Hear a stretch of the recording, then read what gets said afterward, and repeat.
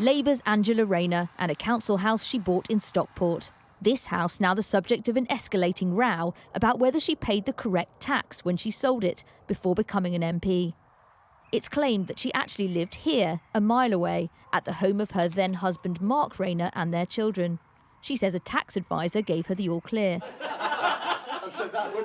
As the row rumbles into its second month, leader Sir Keir Starmer, visiting a hospital, insists she's done nothing wrong, but he hasn't seen the proof.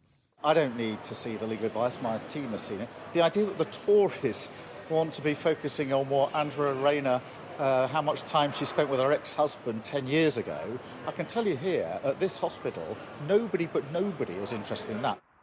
If Angela Rayner's home was not what's known as her principal residence, she should have paid capital gains tax on what she made from the sale. Over the weekend, the Mail on Sunday published dozens of tweets of Angela Rayner referring to her home with pictures of her husband's home.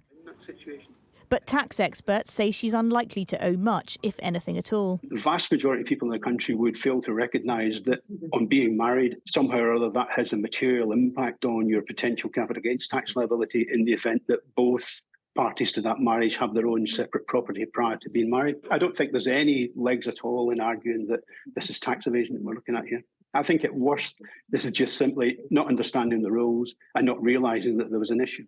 The issue first surfaced in a biography of Rayner called The Red Queen by former Tory donor Lord Ashcroft. Our proud United Kingdom. The Conservatives have been putting the boot in, with party chairman Richard Holden writing to Sir Keir and Miss Rayner saying, "You have pledged to uphold standards in public life, but the failure by you and your deputy to answer the simplest questions about this matter makes a mockery of these claims." Voters in her Ashton-under-Lyme constituency were divided. I think it's a grey area. There's no proof that she has or she hasn't. Another example of bad judgment from her.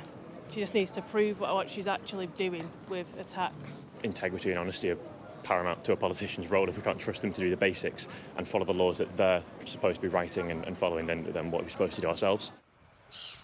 Labour colleagues say millions of people have complicated families and this is just political attack. But Rayner has attacked Conservatives about their taxes and her critics plan to keep the pressure on. Tamara Cohen, Sky News.